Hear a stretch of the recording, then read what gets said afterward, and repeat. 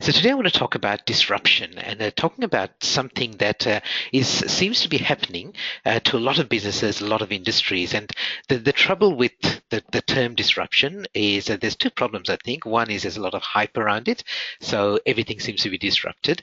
But the second thing is that even if you do believe that your business or your industry is at risk of disruption, it's not always easy to understand what you can do about it. And you may be challenging to manage it, but you may not know whether you're vulnerable and what you can do about it. So just in the short time that we've got here today, I want to give you a little bit of a little bit of better perspective around this whole idea of disruption and look at there's these three pressure points that you might be facing in your business, let alone your whole industry, that could make it at risk of disruption, but also give you some opportunities in this disruptive workplace.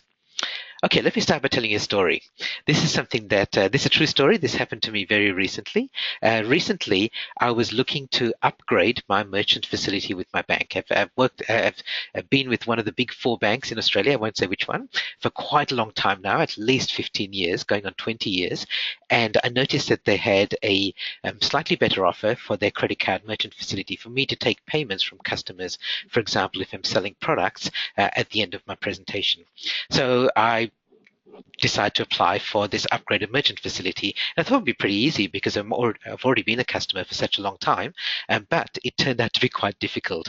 I was on hold for at least an hour. I had multiple phone calls. I had forms to fill in, which I had to return either by post or fax. They wouldn't accept email or any other sort of electronic format. And eventually, when they asked me to go into the bank to prove my ID, I just gave up on the process. What I did instead, so I stuck with my old merchant facility with that bank, but what I did instead was I walked into Officeworks and I bought this little device, this little white square that you see here. The device is actually called Square. And it's this tiny little device that you plug into your phone, your smartphone, and it allows customers to make credit card payments by just swiping it through the phone. So that's a $20 version that you can see on the screen. There is a $60 version, so I decided to splash out and splurge on the $60 version. And the $60 version also allows you to do PayPass. It's just a little block that sits on the table, and customers can do PayPass or PayWave through it. So this is one of the examples of disruption. So previously, you had to go to a bank and apply and go through this long, tedious process to apply for a merchant facility.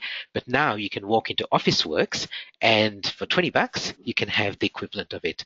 And so this is just one area in which the banking industry is being disrupted. And I know working with finance and speaking at financial services conferences, they're worried about disruption in their industry because it is affecting a lot of what they do. And this is just one small example.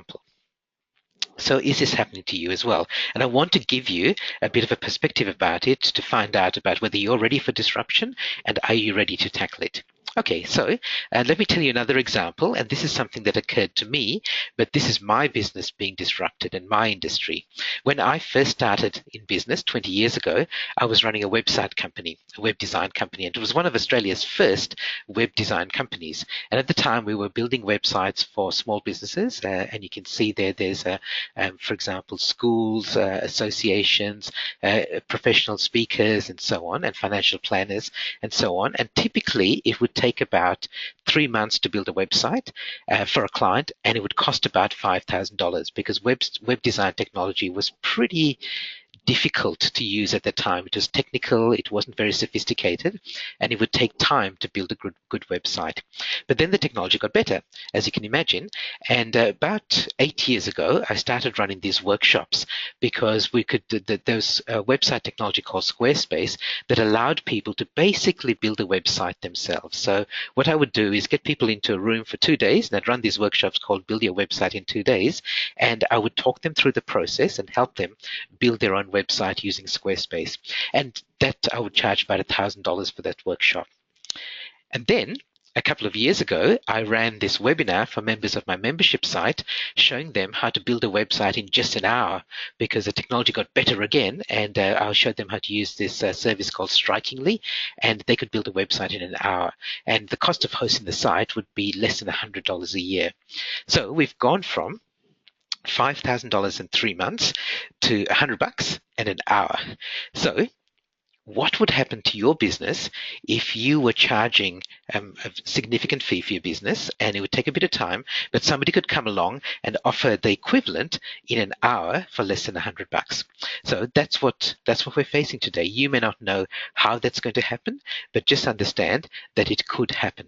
And the real question is, how ready are you for that kind of disruption in your industry or in your business? And again, you might not know how it's going to happen, but just imagine that perhaps it would. Okay, so I'm going to ask you a question. There's a poll question here to find out how ready are you for disruption. So let me just launch this poll here. And you'll see it coming up on your screen.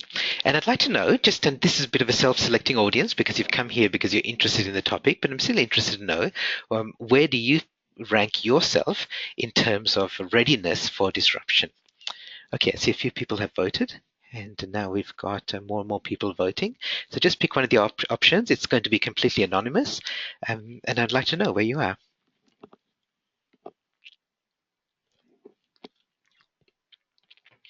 Great. Okay, so when I get to the 80% point of people voting, I think that's good enough to give us a representative sample. So let's see what people said.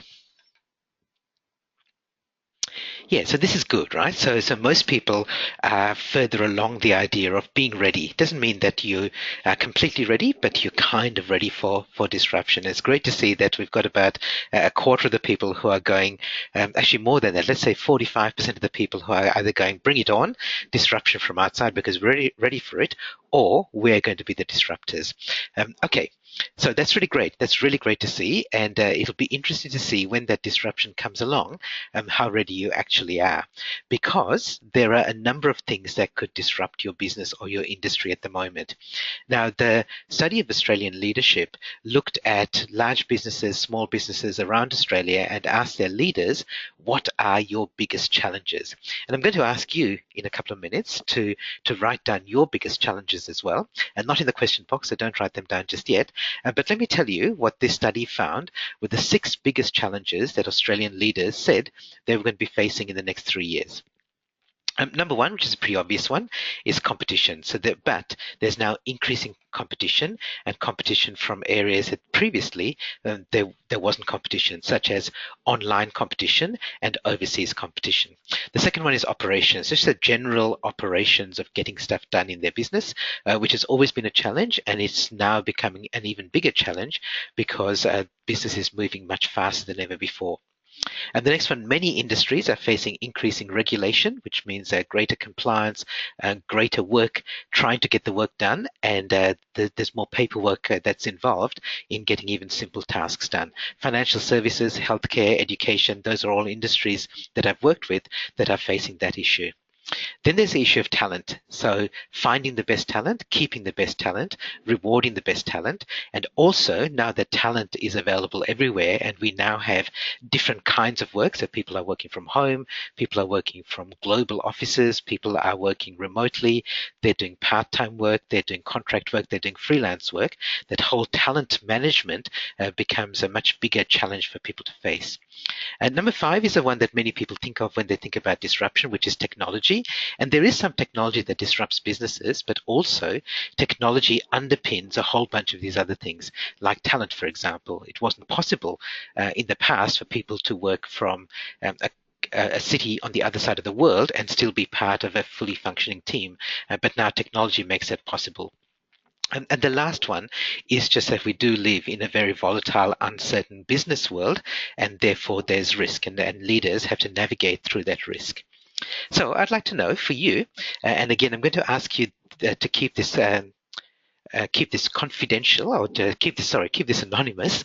I'd like to know, what about you? What do you think your biggest challenge is going to be in the next 3 years? And the way I'd like you to answer this is go to your web browser now and go to this website, askgihan.com. And let me bring it up on my screen so you can see what it looks like. So it's just called askgihan.com. And what you'll find is it's like a bulletin board. It's a public bulletin board. So let me switch over to that now.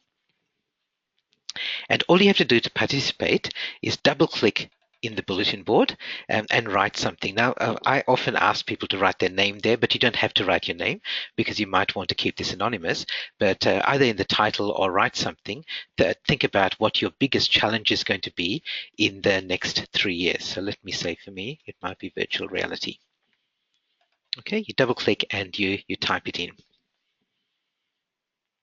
Okay, so I'm just going to wait and see as people type.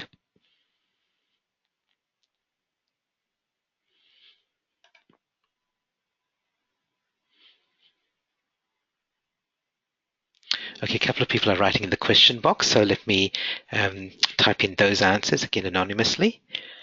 Someone said, keeping up with technology, not getting bogged down with it. Let me put in one more that came through in the question box.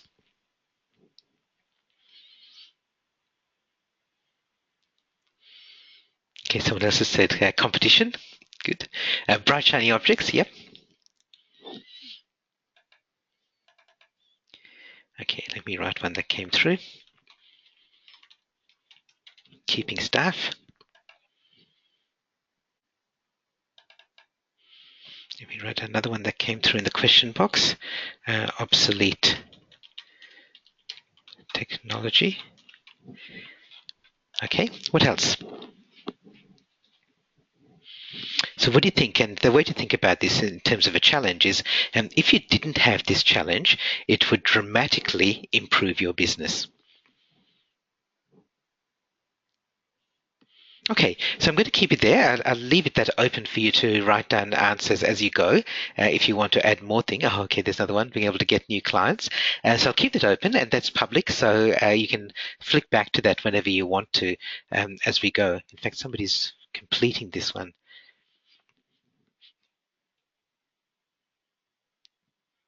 Okay, so I'll just wait until that one's finished. Yeah, being able to get clients who embrace technology. Yeah, so that's quite interesting because many businesses, they're the ones who are backwards into technology, and it's their clients who are demanding that the businesses use better technology. We'll get to that soon. Okay, so here's what happens with most businesses with their business growth. And this business growth curve has always happened, but it's just getting shrunk now and it's getting compressed. See, what happens is when a business starts off, it starts off in this phase, which I'll call FFF. So it grows rapidly over time because it's just starting off. It's starting off with brand new stuff. Everyone's enthusiastic and it's entering a new market. And it tends to have, with a successful business, it goes through this fast growth phase. Then it gets to a point where it's stabilized and gets established, and then it goes through this phase, which I'm going to call SBE. And the growth happens, but it happens much more slowly until eventually it gets to this pressure point. And one of two things happens here, and this is where disruption occurs. And either the business continues on its merry way, but gets disrupted by somebody else, by some competition, or by some startup, or by some other means, or it disrupts itself and it goes back into this FFF curve. So, what are FFF and SBE? Well, FFF is fast, flat, and free, and SBE is the opposite of that, which is slow, bumpy, and expensive. And this is typically what happens with businesses. When they start off, they're fast, they're flat, they don't have huge hierarchies, and they do things on the smell of an oily rag. So it's not quite free necessarily, but they're very careful with their money. They buy the newest technology, which may not be the most expensive anymore, but after a while, it gets to the point where they're paying salaries, high salaries to staff. They've grown. They might have premises. It takes longer for things to get done. It goes through more layers, and it becomes slow, bumpy, and expensive. And the choice that you've got is: are you going to disrupt yourself when you get to this point, so that you can go back to being fast, flat, and free, or are you going to be disrupted if you keep going on that slow, bumpy, and expensive path? Okay, so let me now go into detail of what that means. And you get to make that choice. In your business, you get to make that choice whether you're going to continue being slow, bumpy, and expensive, or whether you're going to switch to fast, flat, and free. And I'm making this assumption here that you've got to the point where you are becoming slower, bumpier, and more expensive. I'm speaking at a conference in Malaysia in October where I'm speaking to startup companies, and many of them are still on this fast, flat, and free curve, which is great for them. And what they've got to do is avoid getting to the point where they become slow, bumpy, and expensive. Okay, let me ask you this question before we look at in detail fast, flat, and free versus slow, bumpy, and expensive. If I said to you, is this a heap of sand? Assuming that's sand there, you'd say, yes, it is. Now, if I take away one grain, is it still a heap? Yes, it is. If I take away another grain, it's still a heap of sand. I could take away hundreds, maybe even thousands of grains of sand, and that's still a heap of sand. But imagine if I kept taking away grains of sand, eventually there'll just be a few scattered grains of sand left on the floor. And then you'd say, no, that's no longer a heap of sand. So my question is this: when did it stop being a heap of sand? See, there's no way to tell exactly, right? Because there's no definition of what a heap of sand is. But at some point, it stopped being a heap of sand. And this is typically what happens with disruption in most industries. Disruption doesn't happen overnight. You might get one customer or client who goes to a competitor, so you lose a grain of sand. You get a few other clients who leave because of increased compliance and regulation, so you lose a few more grains of sand. You lose some to startups who have got a new app that does what you do. So you lose a few more grains of sand. And you might think you're going okay because you've still got a heap of sand. You've still got a heap of clients. But one day you wake up and you discover that actually you don't have that anymore. And most of your clients have disappeared. And it didn't happen overnight. It happened gradually. And your challenge is to make sure that you keep this heap of clients and not let it just become a few scattered grains of sand. So here's what I mean by fast, flat, and free, and here's what you have to do to become, and slow, bumpy, and expensive, and here's what you have to do to become fast, flat, and free again. So our world has become faster, flatter, and freer. So faster because we've got technology that's making our world faster, innovations that are making our world faster, and change is happening faster than ever before. Flat means that we're reducing hierarchies. Customers have more power than ever before, so the customer-supplier relationship has changed. We've become more global. We're breaking down barriers between countries and companies, and we've become more social. And free means what you think it is, that things have gone down in price. Digital is less expensive than physical. We can all collaborate now with very little friction, and as a group, we've got more buying power because we can band together with our friends and colleagues to increase our buying power. So if that's the positive side of it, if fast, flat, and free is where the world is heading, as I said, the opposite of that is slow, bumpy, and expensive. And that's what you should look at. Look at in your business, is there anything that's slow, bumpy, or expensive? Because if so, that's potential for somebody else to come along and disrupt your business. Let me give you some examples of slow, bumpy, and expensive, and we'll go through each of these one at a time. So slow is if you're offering a service as opposed to some sort of automated thing. So if there's any sort of people involved in that, yeah, it's slow. You may not like it, but it is. If it's technical or complex, then it's slow, and it could be outsourced or automated eventually. Is it bumpy? Like, does it take a lot of steps for things to happen? Are there a lot of layers involved? Is it some industry that's regulated and licensed? Is there a lot of compliance involved, like the banking example I gave you earlier? And then, is it expensive? Do you charge upfront fees? Does it take a long time for your customers to get results? So these are potential opportunities for being disrupted.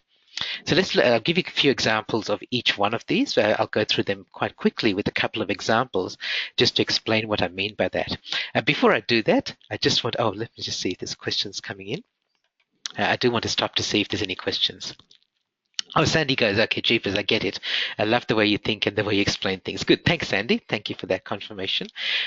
So before I get into details of this, let me share with you a quotation which I love, and it's a little bit of a warning for what's coming up. Upton Sinclair, an American author, says it's difficult to get someone to understand something when their salary depends on them not understanding it. And I find this often happens with business leaders or business owners. You go, or people say, oh, yes, I can understand there's this app. Yes, but we're always going to offer personal service. Oh, yes, there's competition from overseas, but we can do it better. And there's always this yes, but in there. And that's okay.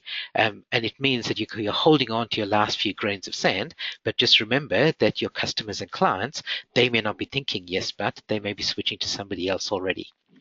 Okay, so With that warning in mind, let's look at examples of places where your business might be slow, bumpy, or expensive. And then at the end, I've got another poll where I'll ask you which of these three areas applies to your business at the moment. So, is your business slow? So, an example, the one that's quoted often, is the idea of Blockbuster versus Netflix. And Blockbuster, the video store, it was slow to go and rent videos. You had to drive there, you had to find parking, you had to go in, look on the shelves, pick it off the shelf, go and line up at the counter if necessary, take it back, watch it, and then return it, and so on.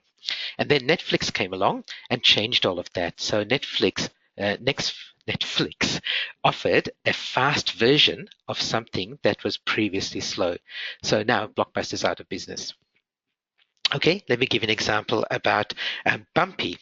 Bumpy is one that I'm sure you would have come across if you've ever taken an Uber ride. So you can see here Bumpy is things that are regulated, licensed, controlled, forced, if there's multiple steps involved, if customers have to fill in forms, if they have to go through multiple layers to do business with you. The example that again is often quoted is the taxi industry, highly regulated, highly controlled, and pretty much controlled the way that people would hire cars for short trips. And then Uber comes along, and Uber was illegal and is in some jurisdictions, but it created such a compelling experience that now governments and society have changed to make it legal. So there's an example of an industry that was bumpy and was highly regulated and controlled, and suddenly Uber comes along and it offers a much flatter experience. Your next door neighbor could be your taxi driver. I'm not here to argue about the rights or wrongs of it and whether that's a good or a bad thing for society. I'm just saying this is what has happened. Okay, the third one, is your business expensive? Does it cost a lot for people to do business with you? For example, even in my business, I'm a conference speaker and people pay me a lot of money to present at their conference, but and my fee is only a small part of that whole conference event. So putting on an event is highly expensive. What's going to happen in the future when we have virtual reality headsets, and you'll be able to put on a virtual reality headset and be in a conference, a virtual conference, but you can look around, you can see other people at the conference, you can interact with them, you can see the speakers in front of you, and that's perhaps the future of events. And then my business as a professional speaker will dramatically transform, and my business will die unless I do something about it. Here's another example. There's a device called a live core for doing ECGs. See, previously, if you had a heart condition, so my dad had a heart attack about 12 years ago. He's fine now, but he has to go to his doctor or cardiologist regularly for these ECGs to see how he's going. But now you don't need to do that anymore. There's a device called a live core, which you attach to the back of your iPhone, and you can do an ECG yourself. Every day, it costs about $1 a test, and in some places it's even free, because the inventors of this device know that it's much better to charge nothing and get millions of data points from millions of patients around the world, because that big data is going to be valuable to them. They predict that in 10 years' time, they'll have artificial intelligence software that'll be able to predict heart attacks and strokes before they occur because of this device. So that's a really good example of something that used to be expensive and now has become free in some cases. Okay, so those are things, those are examples of industries that have been disrupted. I'd like you also to think for your industry, for your business, the optimistic view is that disruption doesn't have to be a negative. There are also opportunities. So every time there's a threat to a business or an industry, it's an opportunity for somebody else. And if you're in a business that is currently slow, bumpy, and expensive, disrupt yourself before somebody else does it for you. Look for the opportunities. Here's one of my favorite examples. It's not. It's two little kids who run this business. It's not a well-established business. It's not adults who went in with a huge business plan. It's these two kids who run Charlie's Crafty Kitchen, and they became a video production company. Because previously, video production used to be slow, bumpy, and expensive. It was controlled by a few media outlets. It was difficult to do, and it cost a lot of money. But now that there's YouTube, it's become fast, flat, and free. Very fast. It's free to publish on YouTube, and there are no barriers to doing it. You just take a video, press one button, and it's uploaded. So these two girls run Charlie's Crafty Kitchen. There's 8-year-old Charlie on the right and her 5-year-old sister Ashley on the left, and they've got one of the world's most popular food and cooking YouTube channels. It's all free, but they get millions of visitors every month. And because of that, they earn a little bit of money from Google advertising. In fact, more than a little bit of pocket money. They're doing pretty well for themselves because they took advantage of fast, flat, and free, and they didn't settle for the way things used to be done, which was slow, bumpy, and expensive. So, what about you? So, is your business slow, bumpy, or expensive? So again, a little summary here. I'm going to run a poll and ask you just to be honest about where you think your business is. And if you're not sure, say yes it is, because that'll just give you more opportunity to take advantage of these threats. So let's run this poll. Are you slow, bumpy, or expensive? And this one here, because there may be more than one answer for this, I'm going to launch the poll here, and you can actually tick more than one of the boxes if you want to. Okay, so do you think your business is slow? Does it take a while for people to get results? Is it bumpy? So are there steps involved? Are there multiple layers? Is it a highly controlled or regulated industry? Or is it expensive? Do you charge a lot of money? Does it take time for people to see the results of the product or service that you offer? And just in the marketplace now, are you charging lots of money rather than, say, a small monthly fee, which is where a lot of businesses are going? Okay, thank you for voting so quickly. Thank you for responding. I'll show you the. Yep, we've got about 80% of people have voted. So let me close this and show you the results.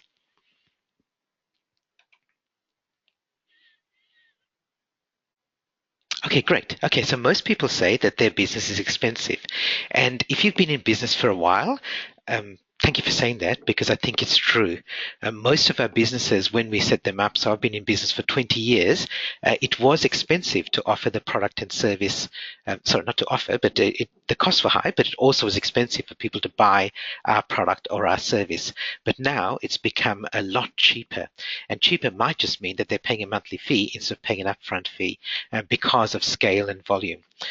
Interesting that lots of people are also saying their business is slow, and I get that, and I understand that. So again, thank you for being honest about that, and thank you for recognizing that, because this is now an opportunity for us to look at how do we make our businesses, if they are slow, bumpy, or expensive, how do we make them faster, flatter, or freer? So I remember many, many years ago coming across this phrase, if it ain't broke, break it. And I saw it from a book that I remember reading in the mid-1990s. When I first became a middle manager in a small software company, I read every book that I could about leadership and management, and this was one. Robert Kriegel wrote this book in the 1990s, and I love the idea. Rather than saying, if it ain't broke, don't break it, he's saying, disrupt yourself. If it ain't broke, break it. And that's a philosophy I'd like you to take into looking at disruption, because you don't need to be disrupted. You can choose to be the disruptor. Let me come around full circle to the story that I started with. Remember the story I started with, talking about the large bank with their complicated system for getting a merchant facility versus Square, which is available for $20 or $50. Well, maybe even that's going to be disrupted in the future. You might have heard about the blockchain and Bitcoin. So maybe in the future, we won't need credit cards and especially intermediaries, because what the blockchain does is it solves the trust problem. So we've had to go to banks because we trust banks, or we trusted banks. We go to Square because it provides a trusted way for us to take money. Customers trust that Square is going to take the money but not disclose the credit card number to the merchant. But things like blockchain and Bitcoin solve that trust problem. So maybe that's going to come along and disrupt even Square. So we've always got to be on our toes and know what's coming up, and just be aware of what's coming up. As soon as we become faster, flatter, and freer again, then there's a danger that we go back into that slow, bumpy, expensive curve. So we're constantly moving, constantly changing, but I think that's what makes our business and industry at the moment so exciting, so energizing. Okay, so we've come to the end of our webinar. I just want to quickly check if there's any questions or comments. I see a few thank yous coming in. So thank you for that. But any other questions about that, about any of the things that we've covered today?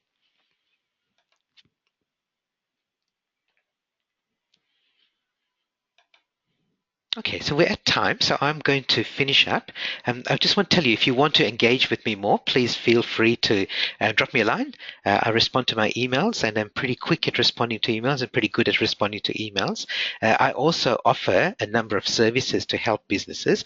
I've mentioned already that I'm a conference keynote speaker, and in fact, I have a few of my conference keynote clients here, so thank you for attending this webinar. I also run a disruption workshop, which is quite interesting. So we send out a survey beforehand to the people who are attending the workshop to assess where they are in terms of their business opportunities and threats in terms of 6 kinds of disruptive forces. And then I come along and run a workshop, and we look at strategizing what you can do to face each one of those 6 disruptive forces. So it's quite engaging. I did it recently with a group of high-performing real estate agents in Alice Springs. It's in some places it's challenging, but it's also really energizing because it gives you actual strategies that you can walk away with and use. So that's another thing that I do, as well as my new service, which is called Futurists in Residence. And this is more for larger organizations where I work with you for a year, being your futurist in residence. So every quarter, I'll come in and report to your senior management team or your board about disruption in your industry and specifically in your business as well, so that you've then got the right background to be able to make key strategic decisions. So thank you everyone for coming along. I can see more thank yous coming in. So Sandy says, oh yeah, we'd be really keen to hear your thoughts about making a service industry becoming faster. So we might do that as a future webinar.